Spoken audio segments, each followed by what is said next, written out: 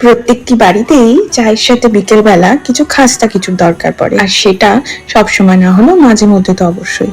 আজকে আমি বানাবো মিনি সিঙ্গারা, তাই জন্য আলুগুলো আগে সিদ্ধ করতে দিয়ে দিয়েছি কেটে। এবার পুরের জন্য তরকারিটা বানিয়ে নেব। তার আগে ময়দাটা রেখে দিতে হবে মেখে কিছুক্ষণ। কিভাবে মাখছি দেখে নাও। সিঙ্গারার ওপরের লেয়ার যেহেতু খুবই ক্রিস্পি হয়, তাই ময়ানটা খুবই বেশি পরিমাণে লাগে। এক্ষেত্রে যখন দেখবে মাখতে মাখতে হাতের মুঠোতে ময়দা চলে আসছে, তখন বুঝবে ময়ান দেওয়া কমপ্লিট। এভাবেই মেখে নিও। এবার আমি পুরটা রেডি করে নেব। আমি কিন্তু আদা রসুন পেঁয়াজ দিয়ে পুরটা করব। অনেকটা মাংসের সিঙ্গারার মতন খেতে লাগে আর খুবই টেস্টি হয়। নামানোর আগে এই পুরের মধ্যে দিয়ে দেবো ম্যাগির ম্যাজিক মশলা আর একটু গোলমরিচ আর গরম মশলা।